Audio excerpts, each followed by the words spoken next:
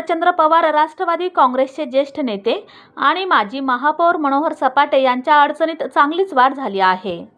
एका 45 वर्षीय महिलेने त्यांच्यावर फौजदार चावडी पोलीस ठाण्यात विनयभंगाचा गुन्हा दाखल केला होता। त्यानंतर शुक्रवारी त्या महिलेसोबतचा शिवपार्वती लॉजमधील सोशल मीडियावर व्हिडिओ चांगलाच व्हायरल झाला आहे। संबंधित महिलेने दिलेल्या तक्रारीत ती महिला सपाटे यांच्या शिवपार्वती लॉजमध्ये राहायला होती।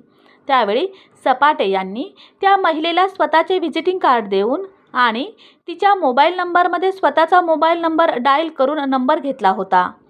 त्यानंतर त्या महिलेला तो वारंवार त्रास देत होता।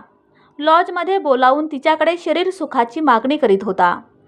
त्या महिलेचा अखेर सपाटे यांच्यासोबतचा लॉजच्या 307 नंबर रूममधील रेकॉर्डिंग व्हिडिओ तो सध्या सोशल मीडियावर प्रचंड व्हायरल झाला आहे। या व्हिडिओमुळे शरदचंद्र पवार राष्ट्रवादी काँग्रेसचे सपाटे यांची चांगलीच अडचण झाल्याचे दिसत आहे। ही पीडिता पुण्याची आहे।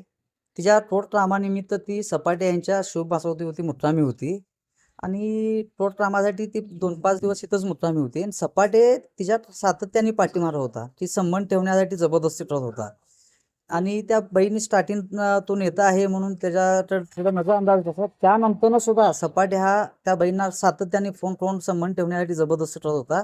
तेव्हा त्या बहिणी एका व्यक्तींना ही गोष्ट सांगण्याने तो व्यक्ती आणि ती पीडिता माझ्याकडे येऊन म्हणजे असं दादा आमच्या बाबतीत अन्याय होतोय। तर मी म्हणजे ठीक आहे।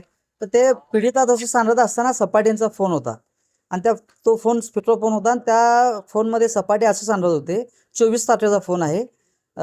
24 तारखे दिवशी जेव्हा ते फोन होता सपाटेंचा, त्या बहिणींना पीडितेंना ते म्हणत होते, तू माझ्या 307 होती ये, तुझ्यासोबत मला संबंध ठेवायचे, पुढे एवढं जेवण असताना मी असं कसं सोडू। ती पीडिता म्हणत होती काय काम आहे साहेब, नाही तू 307 होती ये।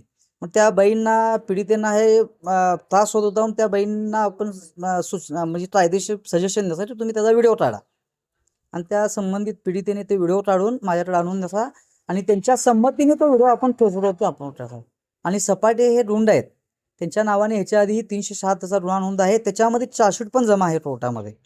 रुंड आहेत आणि त्यांचं वय 72-75 वय आहे, ह्याचा फायदा उठवतात आणि कायद्यामध्ये काही प्रोविजन आहे जास्त वयाच्या ज्येष्ठांना अटक करता येत नाही, त्याचा तो फायदा उठवतात।